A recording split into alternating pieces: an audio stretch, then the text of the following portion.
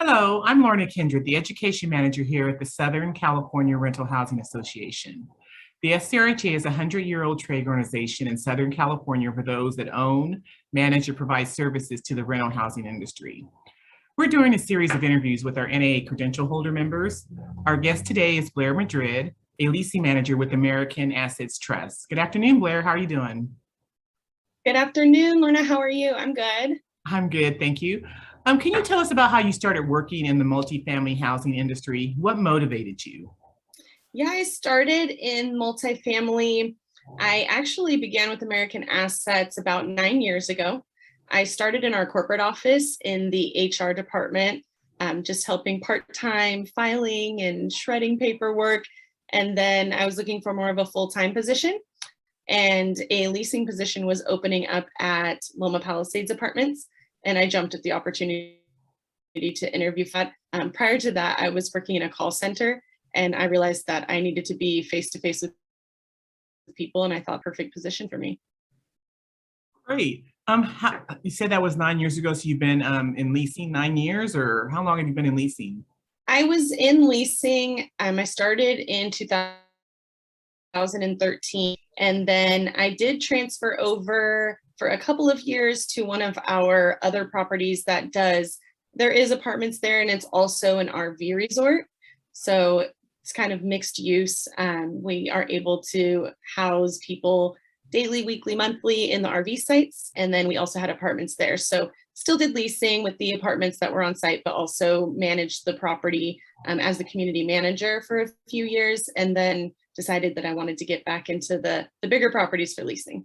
Okay. What made you decide to get your credential? I decided to get my credential to better myself as a leasing manager. I wanted to touch up on any of the updated legislatures. I also wanted to have little tidbits to bring back to my team to help them grow. And I definitely think that I got that through doing the CALP certification. That's great. What was the experience like for you? It was awesome. The trainers were super, super knowledgeable. They were able to answer any questions we had. I felt like it was really intriguing and exciting, and it was easy to sit there for the 3 days and learn about all of the updated information that we don't usually get on a day-to-day basis. What was the exam like? The exam was pretty much exactly as they explained it. It was a proctored exam, so we sat down and they assigned us a seat. We had 2 hours to complete the exam. It was 120 questions, and the majority of the exam was actually in the book that was provided to us. I would say 75 to 80% of the questions were from the knowledge checks. So if I could go back in time, I would probably focus most of my attention on those knowledge checks. I did study the knowledge checks pretty in depth, but I would probably spend a little bit more time on those. And then I also did the pre-test like 5 times, trying to get as much practice in as I could. But I would also say that a big part of it was the math portion. So making sure that you are going over those equations, memorizing them, not only memorizing them, but making sure they make sense to you, because the questions are a little bit different than what are in the knowledge checks. But if you're understanding the equations and understanding the if this then you're going to be fine. Well, it sounds like you did the right thing. You passed right off the bat, first time. So congratulations. Thank you. Thank you. What advice would you give someone who wants to get their credential?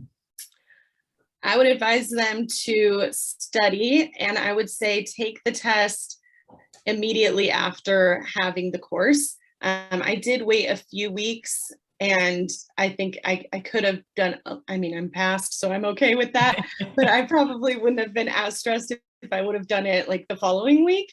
I would say when you're in the class, I'm super big at building a network and introducing myself to everyone in the room.